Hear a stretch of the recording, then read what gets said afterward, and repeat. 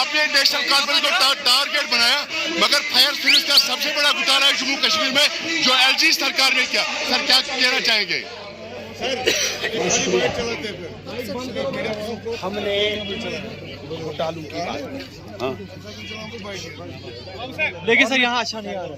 बड़े वसूख के साथ कहता हूँ, जो वजीर आला साहब हर जगह कह रहे हैं कि हमारे पास स्टेट हुड नहीं, इसलिए हम कुछ नहीं कर पाते। मैंने सिर्फ वजीर आला साहब से ये सवाल पूछा, एक बहुत बड़े अखबार ने खुलासा किया पिछले दिनों बहुत बड़े घोटाले का,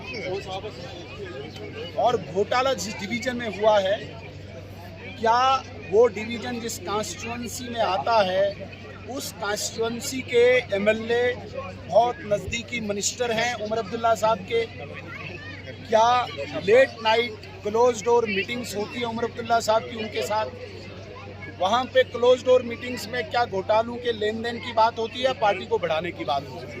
ये वाज़ा करें। जहाँ तक आप बात कर रहे हैं पुराने घोटालों की, मैंने जेके का घोटाला आपके सामने रखा, प्रूव्ड है लेकिन कोई कार्रवाई नहीं। जेके बैंक का घोटाला प्रूव्ड है, कोई सामने नहीं आया। जहाँ तक आप फायर सर्विसेज के एग्ज़ाम की बात कर रहे हैं, वो सब जुडिस, वो कोर्ट में, इसलिए जो इशू, जो मसला मसाइल कोर्ट में होता है उसमें हमारे पास इख्तियार नहीं कि हम उस पर कुछ खोलें। कोर्ट एक बार इस पर डिसीजन दे, कोर्ट उस पर सारी कार्रवाई कर रहा है, इन्वेस्टिगेशन कर रहे हैं। जो ही कोर्ट का कोई आउटकम आएगा उसके बाद हम बोल सकते हैं। लेकिन इस बात से जम्मू कश्मीर की सरकार भाग नहीं सकती है। जो घोटाले हो रहे हैं वो क्यों हो रहे हैं? क्या उमर अब्दुल्ला साहब की पुश्तपनही इन लोगों को है? आज माइनिंग में हाहाकार मची हुई है, आज आरडीडी में हाहाकार मची हुई है, आज यहाँ पे डिपार्टमेंट्स जितने भी हैं, आज छोटे से छोटा मुलाजम या बड़े से बड़ा मुलाजम, आम गरीब को कहीं पे, मतलब मैं कहता हूँ कि अंदर आने की इजाज़त नहीं है जब तक न पैसे चलेंगे।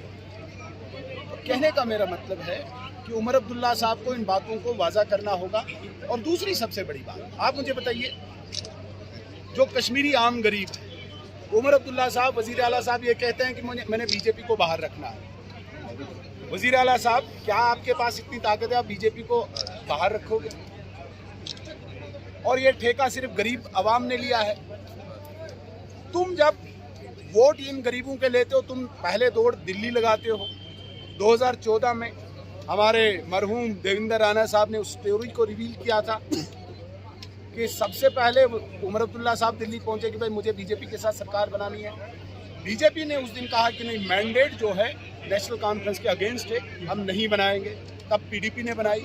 2024 में चुनाव जीतने के बाद आप दिल्ली क्या करने गए? हमने कहा कि हम अपोजिशन के मैंडेट हमें मिला है, हम नहीं जाएंगे। और यहाँ से आप कहते हो